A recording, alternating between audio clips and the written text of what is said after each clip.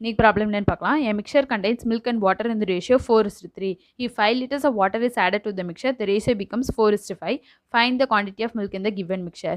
இப்போ ஒரு மிக்சரில் milk and water வந்து கண்டெயின் ஆகிருக்கு. அதோட ரேஷியோ வந்து 4:3.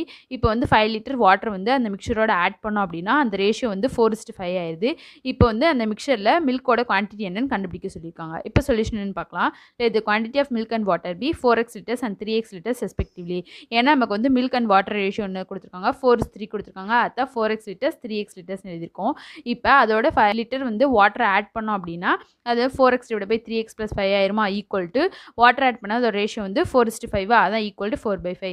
அது வந்து கிராஸ் மல்டிபிள்னா 20x = 12x + 20, எக்ஸ்ட்ரா ஒரு சைடு போகும்போது 8x = 20, எக்ஸோட வேல்யூ வந்து 2.5 கிடைக்குது.